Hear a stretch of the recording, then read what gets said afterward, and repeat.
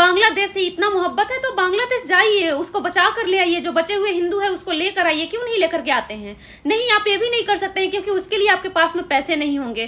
Comment करने में तो कोई पैसा नहीं लगता है, फ्री फंड में कमेंट कर देना है, महीने का 250-300 का रिचार्ज करा लेना है, उसमें कमेंट कर देना है, तो इसमें तो पैसा लगना नहीं है। लेकिन एक्चुअल में जब किसी को बचाने की बात होगी ना, वहां पे खर्चा होता है, वहां पे रिस्क होता है, जो आप जैसे लोग नहीं लेंगे। रही बात लड़कियों के रेप के कारण, तो लड़कियों का रेप कपड़ों की वजह से नहीं होता है। अगर कपड़ों की वजह से होता तो 3 महीने की बच्ची से लेकर के 70 साल की औरतों का रेप नहीं होता। आप जैसे घटिया मानसिकता वाले मर्दों की वजह से हो रहा है।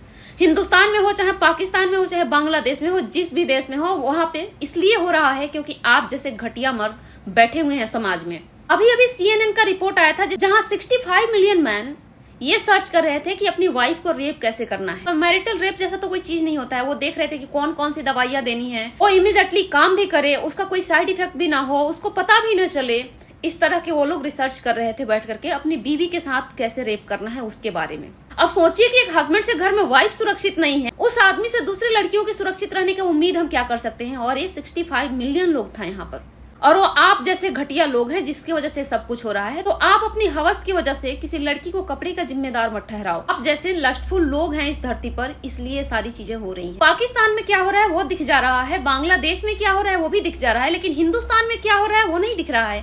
आपको एक नैरेटिव बनाना है, आपको एक एजेंडा चलाना है, आपको एक प्रोपेगेंडा फैलाने के लिए कोई ना कोई टॉपिक चाहिए, इसलिए आपको बांग्लादेश और पाकिस्तान की न्यूज दिखाई देती है। लेकिन हिंदुस्तान में हिंदू से हिंदू सुरक्षित नहीं है। जनरल है तो ओबीसी लड़की के साथ में रेप कर रहा है, ओबीसी है तो SC/ST के साथ में रेप कर रहा है, और कोई पावरफुल बैठा हुआ है तो सबके साथ कर रहा है।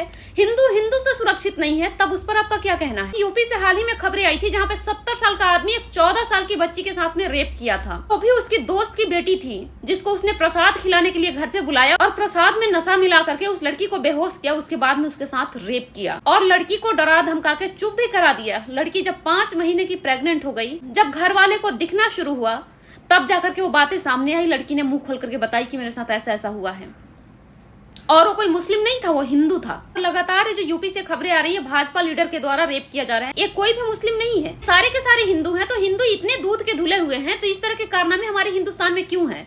और आप लोगों ने एक एजेंडा बना रखा है कि कह रहे हैं कि हिंदुस्तान में हिंदू सुरक्षित नहीं है। तो कब होगा हिंदू सुरक्षित? मुझे यही तो जवाब चाहिए।